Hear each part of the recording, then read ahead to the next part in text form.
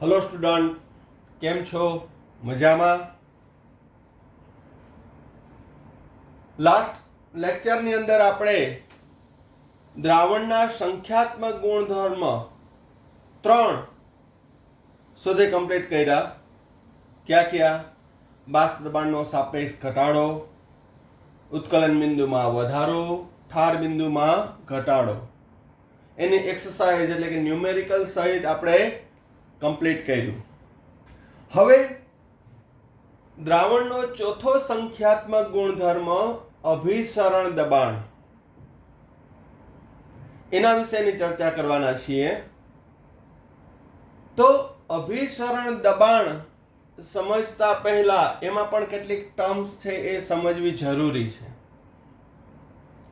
તો ચાલો આજે આપણે શરૂ કરીએ. અભિસરણ કેને કહેવાય? અભિસરણ દબાણ કેને કહેવાય? શું છે અભિસરણ? તો પહેલો પોઈન્ટ, અભિસરણ અથવા એને આશ્રુતિ અથવા તો ઓસ્મોસિસ કહે છે. ઓસ્મોસિસ વર્ડ છે એ ગ્રીક વર્ડ છે. ઓસ્મોસિસ એટલે પુશ કરવું, ધકેલવું એવો થાય. તો અહીંયા અભિસરણ ઘટનામાં શું થાય છે? તો વ્યાખ્યા, અભિસરણ કેને કહેવાય? તો કે જુદી જુદી સાંદ્રતા ધરાવતા બે દ્રાવણો વચ્ચે અથવા શુદ્ધ દ્રાવક અને દ્રાવણ વચ્ચે અર્ધપારગમ્ય પડદો મૂકવામાં આવે. અર્ધપારગમ્ય પડદો અથવા અર્ધ પ્રવેશશીલ પટલ,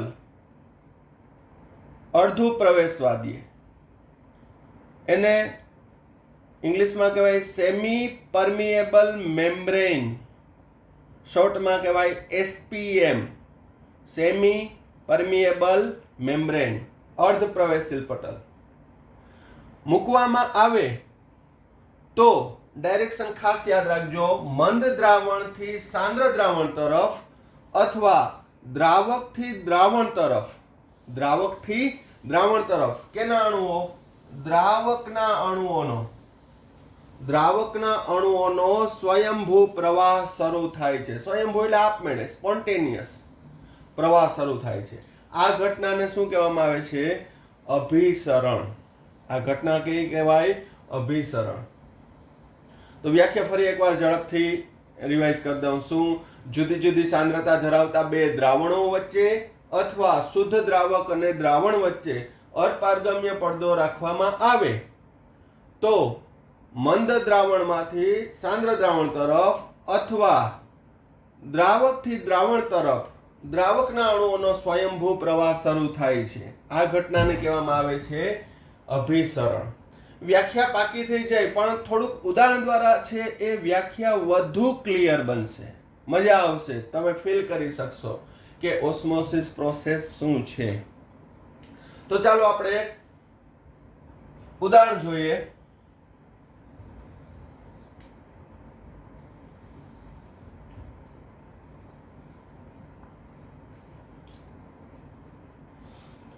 એક પાત્રની અંદર વચ્ચે મેં અર્ધપારગમ્ય પડદો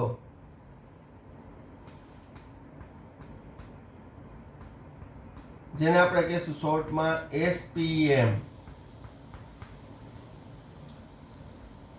એ મૂક્યો. ફરીથી અર્ધપારગમ્ય પડદાની લાક્ષણિકતા શું? નેક્સ્ટ પોઈન્ટમાં તો સવિસ્તાર કહીશ, પણ શોર્ટમાં કહી દઉં. અર્ધપારગમ્ય પડદો એટલે શું?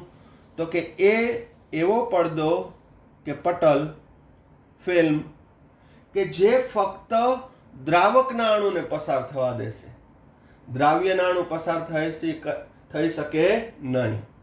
તો એને કહેવાય અર્ધપારગમ્ય પડદો. હવે જુદી જુદી સાંદ્રતા ધરાવતા, જેમ કે હું અહીંયા ઉદાહરણ તરીકે લઉં,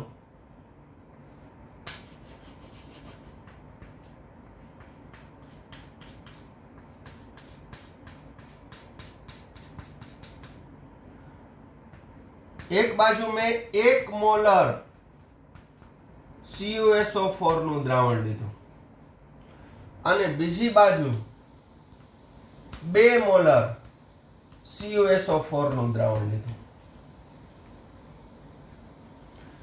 બીજા ઉદાહરણમાં હું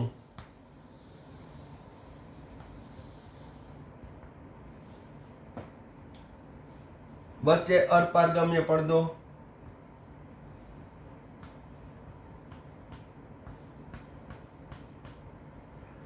એક બાજુ શુદ્ધ પાણી લીધું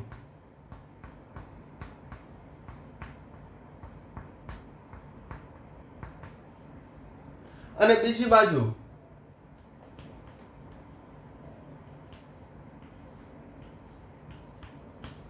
એક મોલર CuSO4 નું દ્રાવણ લીધું. કોઈ પણ દ્રાવણ, અહીંયા ઉદાહરણમાં આપણે કોપર સલ્ફેટ નું લીધું. તો આ કોઈ પણ દ્રાવણ માટે આ લાગુ પડશે. એવું નહીં કે ભાઈ CuSO4 જ માટે. ગ્લુકોઝનું, સુક્રોઝનું, યુરિયાનું, કોઈ પણ આયોનિક ક્ષારનું, આ બધા માટે લાગુ પડશે. સેમ જ કન્સેપ્ટ. તો હવે શું થશે? તો કે આ 1 મોલર છે, આ 2 મોલર છે. હવે મંદ અને સાંદ્ર જે દ્રાવણ આપણે કહીએ ને, સાપેક્ષ હોય. ફોર એક્ઝામ્પલ, હું એમ કહું કે 0.01 અને 0.1, 0.1 અને 0.01 એ મંદ જ કહેવાય. પણ મંદ અને સાંદ્ર કઈ રીતે નક્કી કરવું? તો કે એ સાપેક્ષમાં હોય. જેમ કે આ 1 મોલર છે, આ 2 મોલર છે, તો આની સાપેક્ષે આ મંદ દ્રાવણ કહેવાય. ઉદાહરણ તરીકે કહું કે ભાઈ એક 10 મોલર હોય ને 15 મોલર હોય, તો 15 વાળું છે એ સાંદ્ર કહેવાય, એની સાપેક્ષે 10 વાળું મંદ કહેવાય. બરાબર? બાકી 10 મોલર છે એ કઈ મંદ ના કહેવાય. એટલે નિરપેક્ષ નહીં, અહીં સાપેક્ષ લેવાનું છે. ખાસ ધ્યાન રાખજો. તો અહીં 1 મોલર એ કેવું થશે? મંદ થશે. આ કેવું થશે? સાંદ્ર. હવે અહીં દ્રાવક છે, આ દ્રાવક, આ દ્રાવણ. તો અહીં મંદથી સાંદ્ર તરફ, મંદથી સાંદ્ર તરફ કેના અણુઓ? દ્રાવકના અણુઓ. એટલે પાણીના અણુ છે એ મંદથી સાંદ્ર તરફ જશે. હવે આપણે ક્વેશ્ચન લખતી વખતે ગોખવાનું નથી કે ભાઈ ટેક્સ્ટ બુકમાં આ બાજુ 2 મોલર આપ્યું હોય, આ બાજુ 1 મોલર આપ્યું હોય, આ બાજુ સાંદ્ર આપ્યું હોય, આ બાજુ મંદ. એનું નહીં જોવાનું. આપણે જે ડાયાગ્રામ દર્શાવી છે એમાં આ મંદ છે, તો મંદથી સાંદ્ર તરફ કેના અણુઓ? દ્રાવકના અણુઓ. કેના તરફ જશે? તો કે સાંદ્ર દ્રાવણ તરફ. અથવા દ્રાવકથી દ્રાવણ તરફ.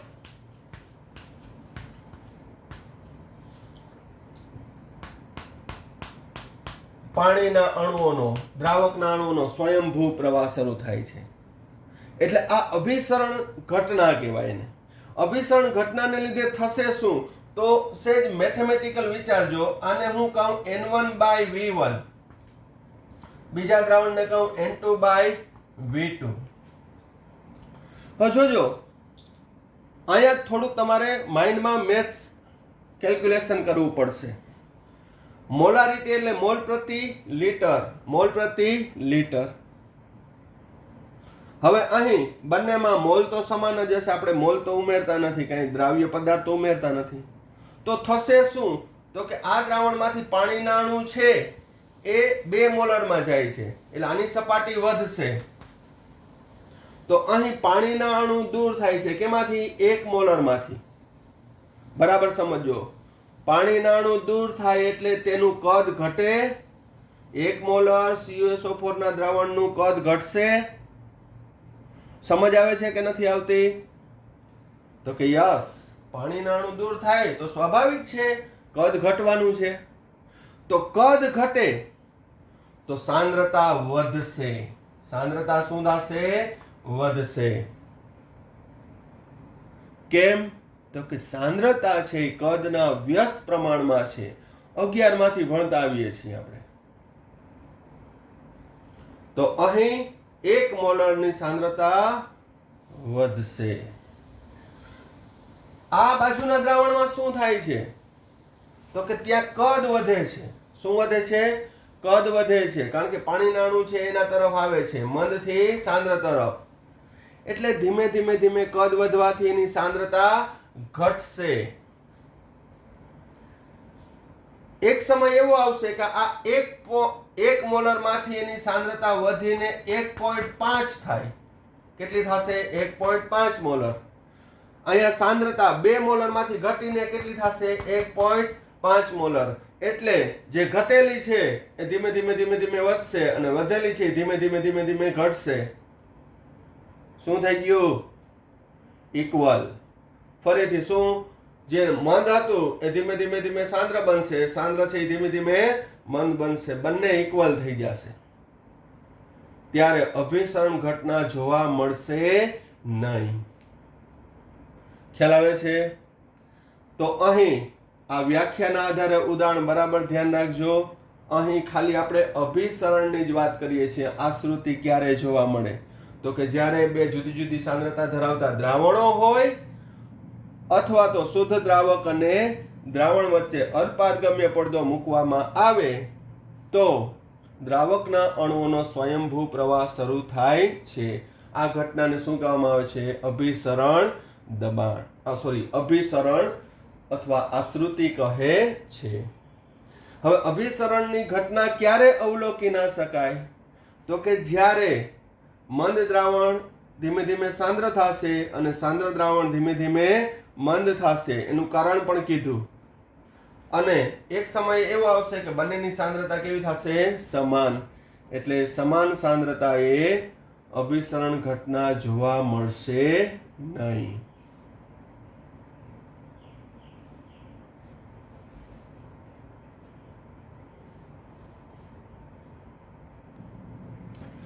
ચાલો હવે અભિસરણની વ્યાખ્યા તો આપણે જોઈ. હવે અભિસરણ ઘટના દર્શાવતા ઉદાહરણ ક્યાં ક્યાં છે? તો આ ઉદાહરણ છે આપણા વ્યવહારિક જીવનની અંદર પણ છે, જોયા હોય છે. જેમ કે સૂકી દ્રાક્ષ ને પાણીમાં રાખતા તે ફૂલે છે. આપણે ઘણીવાર સૂકી દ્રાક્ષ છે, બદામ છે, કઠોળ છે, એ રાત્રે પલાળીને સવારે ખાતા હોય છે. બધાના અનુભવ હશે. તો અહીં સૂકી દ્રાક્ષ છે એને પાણીમાં રાખતા એ ફૂલી જાય છે. કારણ શું? સૂકી દ્રાક્ષની સપાટી એટલે વનસ્પતિની કોષ દિવાલ, બાહ્ય આવરણ એ અર્ધ પારગમ્ય પડદા તરીકે વર્તે છે. પરિણામે શું થશે? તો કે અહીં પાણીમાં રાખો એટલે પ્રવાહ ક્યાંથી ક્યાં શરૂ થાય? યાદ કરો, દ્રાવકથી દ્રાવણ તરફ. બીજું, ફૂલ હોય, ફળ હોય કે વેજીટેબલ્સ હોય, શાકભાજી હોય, એને પાણી છટકોરવામાં આવે છે. શાકવાળો નીકળે એટલે રેકડીની અંદર છે એની પાણી ડબલું ભર્યું હોય, છાંટતો હોય છે. એટલે એકદમ ફ્રેશ રહીએ. કારણ શું? પાણીના અણુ છે એ વનસ્પતિની કોષ દિવાલ દ્વારા ફૂલોની બાહ્ય આવરણમાંથી એ અંદર દાખલ થાય છે. અભિસરણ ઘટનાને લીધે છે. બરોબર? તો આપણે ફૂલને પાણીમાં રાખતા કે પાણી છટકાવતા, શાકભાજી ઉપર, ફળ ઉપર પાણી છાંટતા એ ફ્રેશ થઈ જાય છે, તાજા થઈ જાય છે. એ અભિસરણ ઘટનાને લીધે છે. રક્તકણને પાણીમાં રાખતા એ ફૂલે છે. એટલા માટે મેં પોઈન્ટમાં ખાલી જગ્યા રાખી કે યાદ રહ્યો, રક્તકણને પાણીમાં રાખતા પાણી છે અંદર દાખલ થાય એટલે ફૂલે છે. જ્યારે રક્તકણને ક્ષારીય દ્રાવણમાં રાખવામાં આવે તો તે સંકોચાય છે. ક્ષારીય દ્રાવણમાં રાખો તો એ સંકોચાઈ જાય. કારણ શું? રક્તકણ કરતા જે ક્ષાર દ્રાવણ છે એ વધુ સાંદ્ર છે. પછી એની અંદર આવશે કે મંદ હોય કે સાંદ્ર હોય એના ઉપર, પણ સાંદ્ર ક્ષારીય દ્રાવણમાં મૂકતા એ સંકોચાશે. આ યાદ રાખજો રક્તકણને.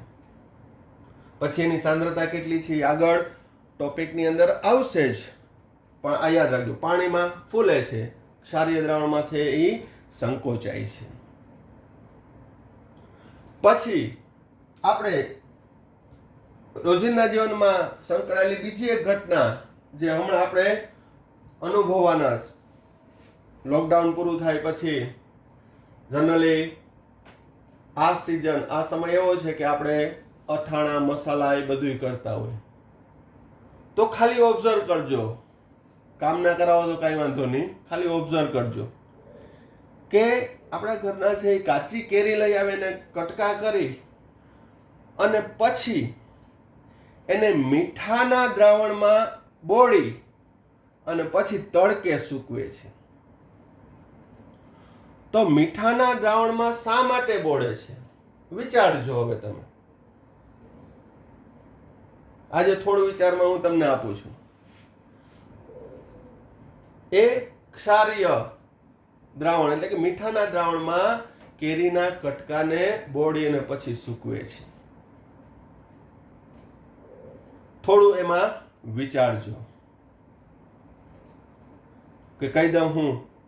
ઓકે, ચાલો. તો એકચ્યુઅલી એ અભિસરણ ઘટના છે એમાં કે કેરીના કટકાને છે એ અથાણું આખું વર્ષ સાચવવાનું હોય.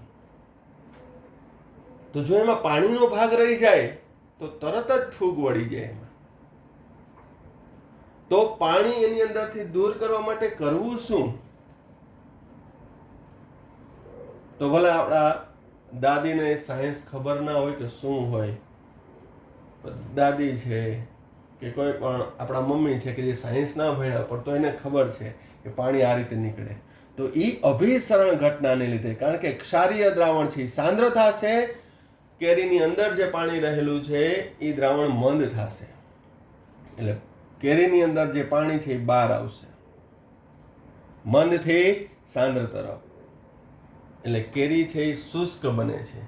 સિમિલરલી ડ્રાય ફ્રૂટ છે, આપણે જે ખાઈએ છીએ એ ડ્રાય ફ્રૂટ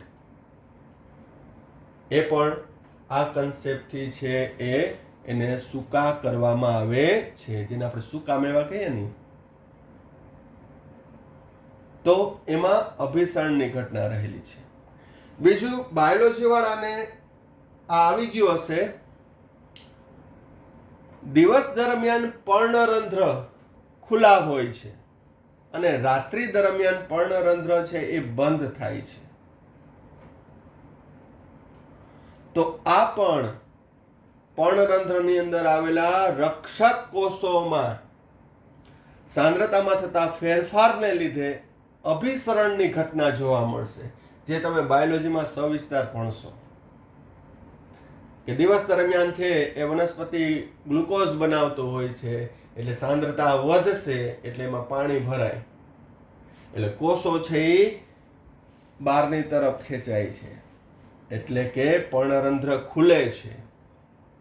રાત્રિ દરમિયાન ગ્લુકોઝનું સ્ટાર્ચમાં રૂપાંતર થઈ જાય. હવે સ્ટાર્ચ છે એ પાણીમાં અદ્રાવ્ય છે, એટલે દ્રાવણ છે મંદ બની જાય, ફક્ત પાણી.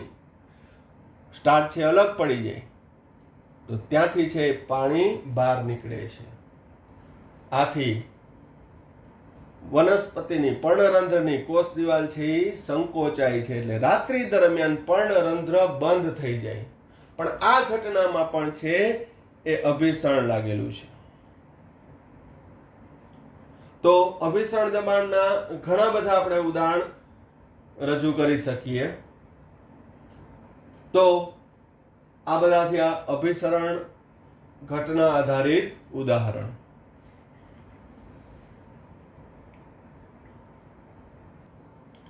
ચાલો નેક્સ્ટ પોઈન્ટ. અર્ધ પારગમ્ય પડદો સેમી પરમિએબલ મેમ્બ્રેન એટલે શું? ઉદાહરણ આપો. તો વ્યાખ્યા બહુ સિમ્પલ છે.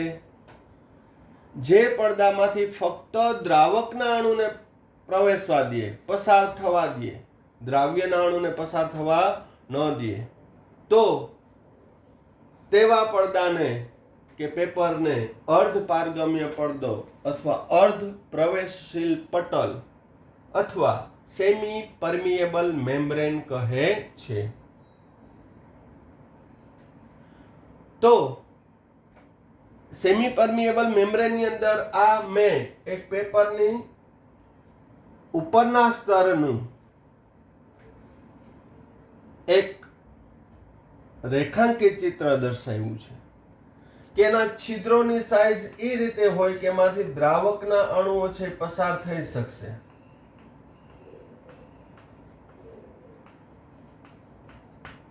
પણ દ્રાવ્યના અણુ છે એમાં ને એમાં અટકાઈ રહેશે. આ ટાઈપની રચના હોય છે. પછી છિદ્રની સાઈઝ જે પોરસ હોય છે એની સાઈઝ જુદા જુદા પ્રમાણમાં હોય છે. આપણે વોટર પ્યોરિફાયરની અંદર પણ છે આ પ્રકારનું છે મેમ્બ્રેન હોય છે. એની આગળ જતા આપણે ચર્ચા કરશું સવિસ્તાર. વોટર પ્યોરિફાય કઈ રીતે થાય છે એનો પણ એક પોઈન્ટ છે, અત્યારે ચર્ચા કરશું. પણ અત્યારે આપણે મેઇન મુદ્દા ઉપર જ આવીએ કે અર્ધપારગમ્ય પડદો કેને કહેવાય. તો એ ફક્ત પાણીના અણુને પ્રવેશવા દેશે. ઉદાહરણ તરીકે લઈએ તો વનસ્પતિની કોષ દિવાલ. મેં તમને હમણાં જ કીધું કે કઠોળ આપણે પલાળીએ તો ફૂલી જાય છે, સૂકી દ્રાક્ષને પલાળીએ તો ફૂલી જાય છે. પ્રાણીની મૂત્રાશય કોથળી તમે મૂત્રગાળણની ક્રિયા બાયોલોજી વાળા ભણી ગયા હશે અને 9મા ધોરણમાં થોડું ઘણું ક્યાંક સંદર્ભ આવ્યો હશે કે આપણા શરીરની અંદર છે મૂત્રાશય કોથળી પેલા એક બાઉમેનની કોથળી જ્યાં નત્રલ નકામા પદાર્થો સાથે પોષક ઘટકો પણ છે આવે છે, પરંતુ નકામા પદાર્થો પાણી એ ગળાય છે અને બાકીના જે પોષક ઘટકો છે એક ધમની છે, ફુફુસ ધમની, જે અશુદ્ધ રુધિર લઈ જાય છે એના દ્વારા છે હૃદયમાં પહોંચે છે અને ન્યાય એનું શુદ્ધિકરણ થાય. એ કાર્ય છે મૂત્રપિંડનું છે, કિડનીનું છે. એની અંદર નાના નાના નેફ્રોન્સ હોય છે. તો એ અર્ધપારગમ્ય પડદા તરીકે વર્તે છે કે નકામો પદાર્થ પાણી એને બહાર નીકળવા દે. જો એ બગડી જાય તો વ્યક્તિ છે ડાયાલિસિસ ઉપર આવી જાય. આવું તમે ક્યાંય સાંભળેલું હશે અને બાયોલોજી વાળાને તો એ ખ્યાલ હશે. તો પ્રાણીની મૂત્રાશય કોથળી છે એ પણ અર્ધપારગમ્ય પડદા તરીકે વર્તે છે. પછી parchment paper, butter paper, cellophane paper વગેરે આ બધા શું છે અર્ધપારગમ્ય પડદા તરીકે વર્તે છે. જ્યારે બહોળા પ્રમાણમાં વપરાતો SPM સેમી પરમિએબલ મેમ્બ્રેન એ છે કોપર ફેરોસાયનાઇડ. કોપર ફેરોસાયનાઇડ નું સૂત્ર થશે Cu2FeCN6. આ સંકીર્ણ સંયોજન છે જેનું આયનીકરણ કરું તો કોપર +2 એવા 2 મોલ અને FeCN6-4 આ ફેરોસાયનાઇડ કહેવાય. સંકીર્ણની અંદર આવશે એનું IUPAC નામ. અત્યારે તો ફક્ત ખાલી એમને જાણ માટે કહું કે કોપર 2 હેક્ઝાસાયનાઇડો ફેરેટ 2, પણ અહીં અર્થ રહેતો નથી. પણ હા, આ યાદ રહેવું જોઈએ જ્યારે સંકીર્ણની અંદર પણ ફરી પાછું આનો હું ઉલ્લેખ કરીશ કે કોપર ફેરોસાયનાઇડ એ ઉત્તમ અર્ધપારગમ્ય પડદા તરીકે વર્તે છે અથવા તો બહોળા પ્રમાણમાં વપરાતો બેસ્ટ સેમી પરમિએબલ મેમ્બ્રેન કઈ છે તો કે કોપર ફેરોસાયનાઇડ જે સંકીર્ણ સંયોજન છે. કઈ રીતે વપરાય છે એની પણ ચર્ચા આવશે, પણ મેં તમને કીધું કે સંકીર્ણ સંયોજન ભણાવીશ ત્યારે પણ હું તમને કહીશ કઈ રીતે એ કાર્ય કરે છે, કઈ રીતે બનાવવામાં આવે છે.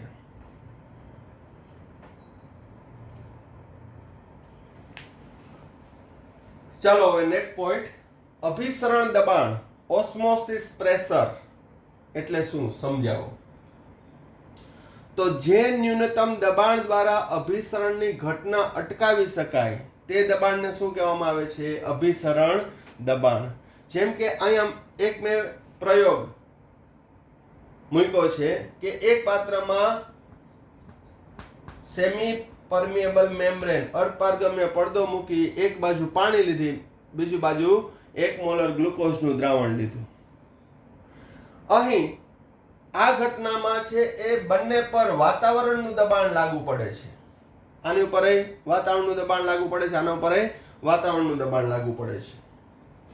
અહીં પ્રવાહ કેનાથી કેના તરફ છે? પાણીથી દ્રાવણ તરફ. બરોબર ને? હમણાં જ વ્યાખ્યા ભણ્યા, અભિસરણની ઘટના થાય છે. તો મારે આ અભિસરણની ઘટના અટકાવવી છે. તો અભિસરણની ઘટના અટકાવવી હોય તો શું કરવું પડે? તો પ્રવાહ કેનાથી કેના તરફ છે? પાણીથી ગ્લુકોઝના જલીય દ્રાવણ તરફ. તો મારે એ પ્રવાહ અટકાવવા માટે ઓપોઝિટ ફોર્સ લગાડવું પડે. બરોબર ને? અહીંયા ધારો કે એક આવો પાઇપલાઇન છે, આમાંથી પાણી નીકળે છે, નળ વગરનો એક ખુલ્લો પાઇપ છે, એમાંથી પાણી આવે છે. તો મારે એ પ્રવાહ છે એ અટકાવવો હોય તો હું શું કરીશ? હાથ રાખી દઈશ ને આડો, આમ એકદમ દબાણ આપીશ કે આમ કરીશ, ઓપોઝિટ ફોર્સ લાગુ પડો. તો અહીં હું પાઈ જેટલું દબાણ આપું. કેટલું? પાઈ જેટલું દબાણ આપું. આ પાઈ જેટલા દબાણને શું કહેવામાં આવે છે? અભિસરણ દબાણ. એને શું કહેવામાં આવે છે? અભિસરણ દબાણ. તો અભિસરણ દબાણ એટલે જે ન્યૂનતમ દબાણ દ્વારા અભિસરણની ઘટના અટકાવી શકાય તે દબાણને શું કહેવામાં આવે છે? અભિસરણ દબાણ. મેં તમને હમણાં જ ઉદાહરણ આપ્યા હતા કે પર્ણતંત્રની ક્રિયામાં અભિસરણની ઘટના જોવા મળે છે એ આશ્રુતિ દાબ, આસુન દાબ, ઓસ્મોસિસ પ્રેશર, અભિસરણ દબાણ એને લીધે હોય છે. બીજું એક વિચારીએ કે વનસ્પતિની અંદર છે એ વનસ્પતિનું રસોડું કહે તો એ પર્ણ છે કે ત્યાં એ કાર્બન ડાયોક્સાઇડ ને પાણી વચ્ચેની પ્રક્રિયા પ્રકાશ સંશ્લેષણની કરીને પોતાનો ખોરાક બનાવે છે, ગ્લુકોઝ. CO2 તો સમજી લીધું કે હવામાંથી મળી રહે, પણ પાણી ક્યાંથી આવે? જમીનમાંથી, મૂળમાંથી. તો ત્યાંથી એવી કઈ એવો પંપ મૂક્યો હોય, શું મોટર મૂકી હોય ત્યાં સુધી પહોંચી જાય? તો કે મૂળ રૂટ છે એ અર્ધપારગમ્ય પડદા તરીકે વર્તે છે. અભિસરણ દબાણના તફાવતના આધારે છે જમીનની અંદર રહેલું પાણી મૂળ દ્વારા છે. આ એક અભિસરણની ઘટના નહીં, એમાં તો ઘણા લાગુ પડે, કેશાકર્ષણનું લાગુ પડે છે, બાષ્પોત્સર્જનનો કન્સેપ્ટ લાગુ પડે છે, પણ એમાંનું એક અભિસરણ દબાણના આધારે મૂળમાંથી છે એ જલવાહક નળીઓ દ્વારા છેક પર્ણ સુધી છે પાણી પહોંચે છે. એમાં પણ છે અભિસરણ અને અભિસરણ દબાણની ઘટના સંકળાયેલી છે. ફૂલનું ખીલવું, મુરઝાવું આ પણ છે એ અભિસરણ ઘટના આધારિત છે.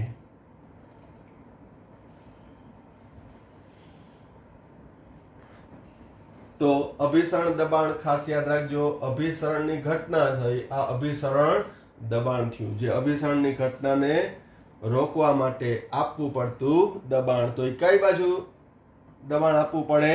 સાંદ્ર હોય તેના તરફ. કારણ કે જે પ્રવાહ જેનાથી તરફ જતો હોય એનાથી વિરુદ્ધ બળ આપવું પડે. આ સેજ નોંધ રાખજો, MCQ ની અંદર એ આપણે ખૂબ જ ઉપયોગી થશે.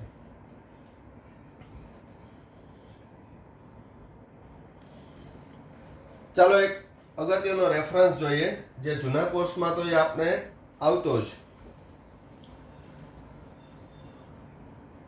11મા ધોરણમાં 5મા ચેપ્ટરમાં દ્રવ્ય અવસ્થાની અંદર આપણે જોયું હતું શું કે બંધ પાત્રમાં રહેલા વાયુના અણુઓ છે આણ્વિકીય ગતિકીય સિદ્ધાંતમાં કે સતત મુક્તપણે ફરતા હોય છે, હલનચલન કરતા હોય છે.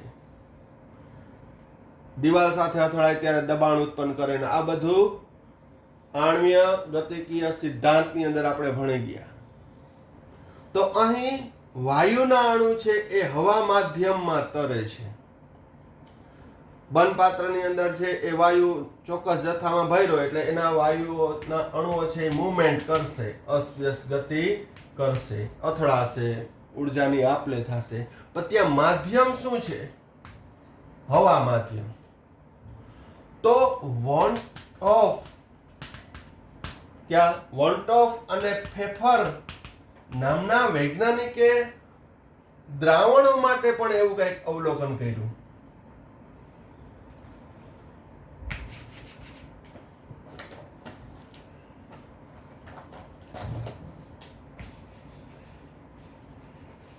એને દ્રાવણ માટે શું અનુભવ્યું કે દ્રાવણમાંનું જે દ્રાવ્ય છે,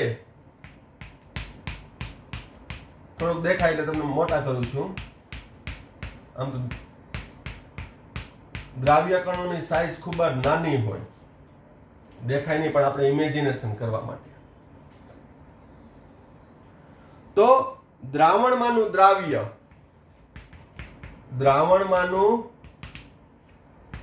દ્રાવ્ય એ પણ વાયુની જેમ વર્તે છે. કેની જેમ વર્તે છે? વાયુની જેમ. અહીંયા વાયુ હવા માધ્યમમાં તરે છે, અહીં દ્રાવ્યના ઘટક કણો પ્રવાહી માધ્યમમાં તરે છે. બેયની ક્રિયા સિમિલર છે. તો વોન્ટોફ અને ફેફરે એવું કીધું કે ભાઈ જે વાયુને લાગુ પાડે એવા જ નિયમ આપણે દ્રાવણમાંના દ્રાવ્ય માટે પણ લાગુ પાડવા જોઈએ. ફરીથી શું? વોન્ટોફ અને ફેફરે શું રજૂ કર્યું કે દ્રાવણમાંનું દ્રાવ્ય, ઓગળેલો પદાર્થ, એ વાયુની જેમ વર્તે છે. વાયુની જેમ વર્તે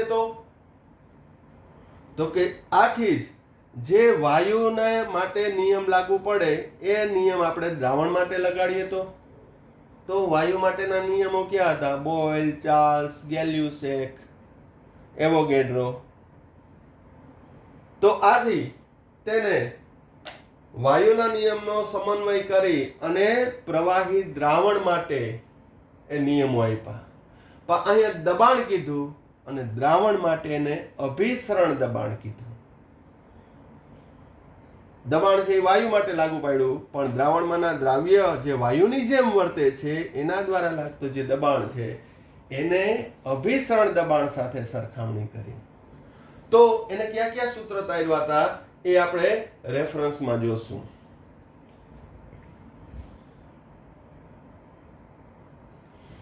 બોઇલ નો સમન્વય કરી વોલ્ટોફે શું નિયમ આપ્યો? તો પેલા તો બોઇલનો નિયમ શું હતો?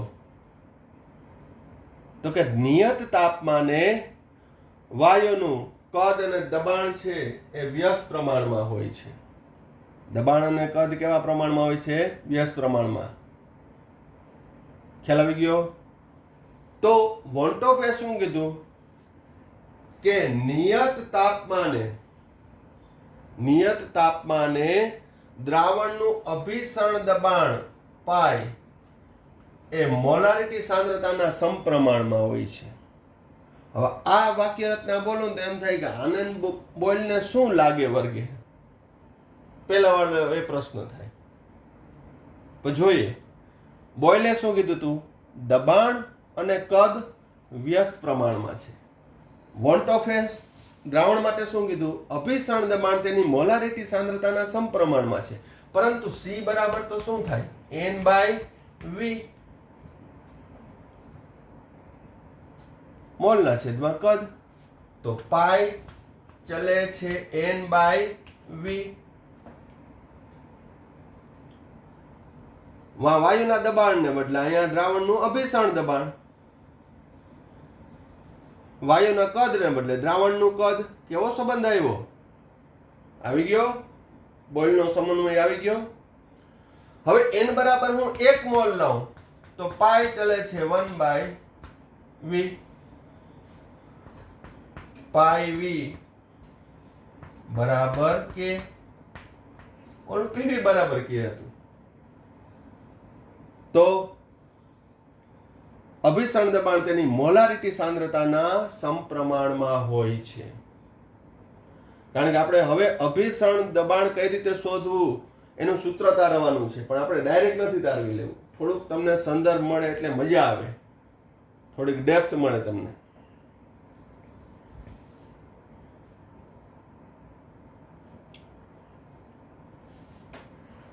હવે ગેલ્યુસેક વોન્ટ ઓફ.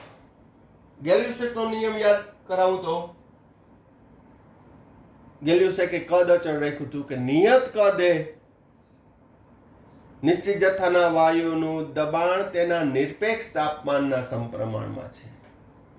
જ્યારે દ્રાવણ માટે વોન્ટ ઓફે કીધું કે તેનું અભિસરણ દબાણ તેના નિરપેક્ષ તાપમાનના સમપ્રમાણમાં છે. એટલે જેમ નિરપેક્ષ તાપમાન વધુ તેમ અભિસરણ દબાણ વધશે. પાઈ બરાબર KT, પાઈ બાય T બરાબર K.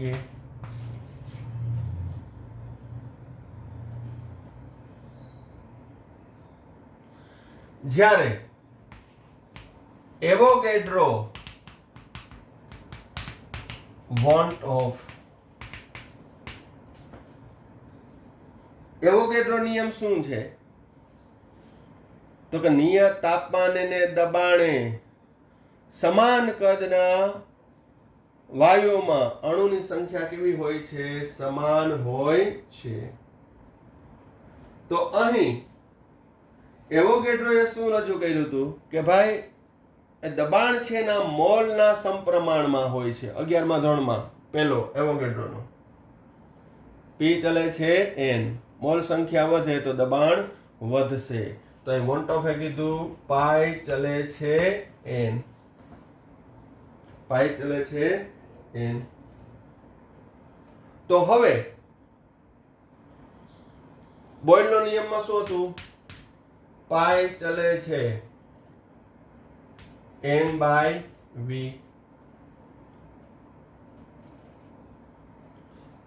ગેલ્યુસેકમાં પાઈ ચલે છે T, એવોગેડ્રો વોન્ટ ઓફમાં પાઈ ચલે છે N. તો ત્રણનું સમન્વય કરું તો પાઈ ચલે છે NT by V, NT by V. Pi V ચલે છે NT. ચલનની નિશાની દૂર કરું, પાઈ V. હવે વાયુના જ નિયમો લગાડ્યા તો શા માટે ના અચળાંક R ને રહેવા દઈએ? પાઈ V બરાબર NRT, પાઈ બરાબર N બાય VRT.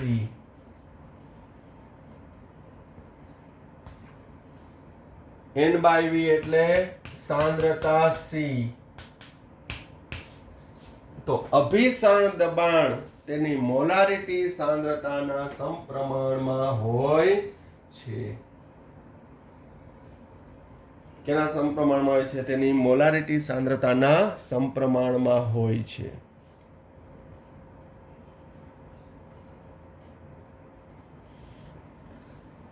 આથી હવે અભિસરણ દબાણ શોધવાનું સૂત્ર જે દાખલા માટે ખૂબ જ ઉપયોગી છે, MCQ માટે ખૂબ જ ઉપયોગી છે. હવે હું ડાયરેક્ટ કહી શકું કે પ્રાયોગિક રીતે સાબિત થયું કે દ્રાવણનું અભિસરણ દબાણ પાઈ તે દ્રાવણની મોલારિટી સાંદ્રતાના સમપ્રમાણમાં હોય છે. શબ્દ વાપરું છું, મોલારિટી સાંદ્રતા. પાઈ ચલે છે C. હવે પણ ખાસ એક ધ્યાન રાખજો, સંખ્યાત્મક ગુણધર્મમાં મેં તમને કીધું હતું કે જે તે ફેરફાર છે એ સાંદ્રતાના ચોક્કસ એકમ સાથે સંકળાયેલું છે. ફરી રિપીટ કરી દઈએ. બાષ્પ દબાણનો સાપેક્ષ ઘટાડો કેની સાથે સંબંધ ધરાવતો હતો? દ્રાવ્યના મોલ અંશ સાથે. ઉત્કલન બિંદુનો વધારો કેની સાથે સંબંધ ધરાવતો હતો? દ્રાવણની મોલાલિટી સાંદ્રતા, મોલાલિટી. ઠાર બિંદુ નો ઘટાડો એ પણ દ્રાવણની મોલાલિટી. જ્યારે અભિસરણ દબાણ છે એ દ્રાવણની મોલારિટી, રીટા શું? મોલારિટી સાંદ્રતાના સમપ્રમાણમાં હોય છે. તો C બરાબર N2 બાય V. N2 એટલા માટે લખ્યું છે, N2 એટલે દ્રાવ્ય માટે કહીએ છીએ. તો પાઈ બરાબર N2 RT બાય V નિયત તાપમાને. પણ N2 એટલે W2 બાય M2 મૂલ્ય મૂકી દો. પાઈ બરાબર N2 ની જગ્યાએ W2 RT છેદમાં M2 V2. PV બરાબર nRT જેવું સૂત્ર આવ્યું. અહીંયા પાઈ બરાબર W2 RT by M2 V2. પદ આપણે સમજી લઈએ.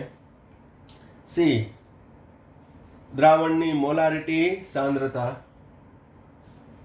N2 દ્રાવ્યના મોલ, R વાયુ અચળાંક, T નિરપેક્ષ તાપમાન, કદ V લીટરમાં. દાખલા માટેનું સૂત્ર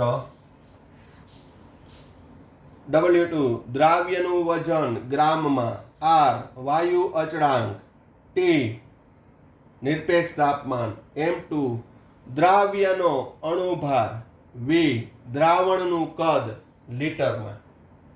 એટલે અભિસરણ દબાણ કાં તો વાતાવરણમાં આવશે, બારમાં આવશે, પછી ગમે એમાં કન્વર્ટ કરી શકો. કારણ કે R આપણે કેટલું લેશું? 0.082 વાતાવરણ અથવા 0.08314 બાર. એ મુજબ છે અભિસરણ દબાણ આવશે. તો નેક્સ્ટ લેક્ચરની અંદર આપણે અભિસરણ દબાણ આધારિત દાખલાઓ છે એ કરશું. એ પહેલા આ થિયરી વ્યવસ્થિત લર્ન કરી તમારા રજિસ્ટરની અંદર લખી લેવાનું છે. દર વખતે કહું છું, કાંઈ પણ ડાઉટ્સ, ક્વેરી, પોઈન્ટ ના સમજાણો હોય તો પર્સનલ મેસેજ કરી કે ફોન કરી અને તમે એ ડાઉટ તમારો ક્લિયર કરી શકો છો. હવે આપણે થોડું વિચારીએ. આ વખતે વિચાર તમારો થોડો એડવાન્સ લેવલનો આપું છું. શું એડવાન્સ લેવલનું છે? કે દ્રાવણ A 1 મોલર ગ્લુકોઝ, દ્રાવણ B 1 મોલર NaCl, આ બંને દ્રાવણ વચ્ચે અર્ધપારગમ્ય પડદો મૂકેલો છે. તો અભિસરણ A થી B તરફ થશે કે B થી A તરફ થશે કે અભિસરણ થશે જ નહીં કે છેલ્લે ડિપ્લોમેટિક, કંઈ જ કહી શકાય નહીં. તમારા જવાબો છે કોમેન્ટ બોક્સની અંદર છે, આપવાના છે. શરમાવાનું નહીં. કોમેન્ટ બોક્સની અંદર જે જવાબ આવે કોન્ફિડન્સ હોવો જોઈએ. ઘણીવાર આપણે એમ હોય કે ના મેં એ જ ધાર્યો હતો પણ લખ્યો નહીં, એવું થાય તો લખવાનો મજા આવશે. અહીંયા તો આપણે શીખવા ભેગા થયા છીએ એટલે શીખવાનું છે. Okay, thank you. સાંઈરામ.